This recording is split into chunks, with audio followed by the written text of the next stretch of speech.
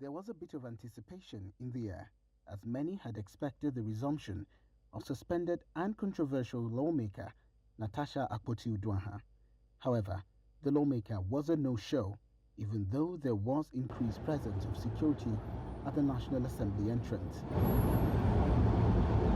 As the day's proceedings commenced, Senate leader Okpeyemi Bamidele took the floor to set the record straight over widespread media reports alleging that the Senate is reluctant to act on bills passed by the House of Representatives.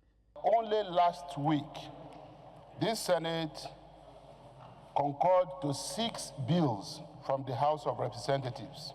Please let our brothers in the House of Representatives know that we cannot joke with anything that comes from there.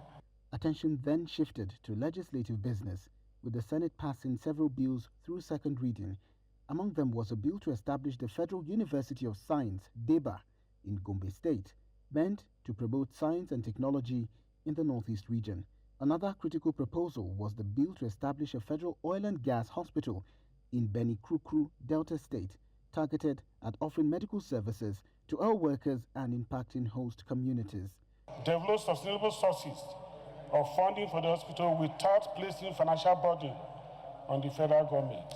The facility provides support for oil and gas injuries in particular, and there is no alternative nearby remedy for injuries in the oil and gas industry. Another is the bill for an act to enable the growth of digital economy and digital governance in Nigeria, sponsored by Ogun Central Senator Shuaib Salisu. The savings from this bill will include about 300 billion naira annually from reduced paperwork, procurement inefficiencies, and manual processing costs that permeate all government offices.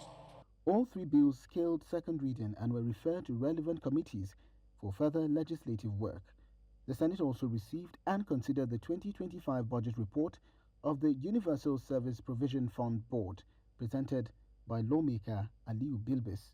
Bills for concurrence for the House of Representatives were considered, including the domestication of the African Union Convention on Internally Displaced Persons, the Digital Economy and Governance Bill, and the Food Vendors Registration Council Establishment Bill. In Abuja for News Central, Sagir Ibrahim.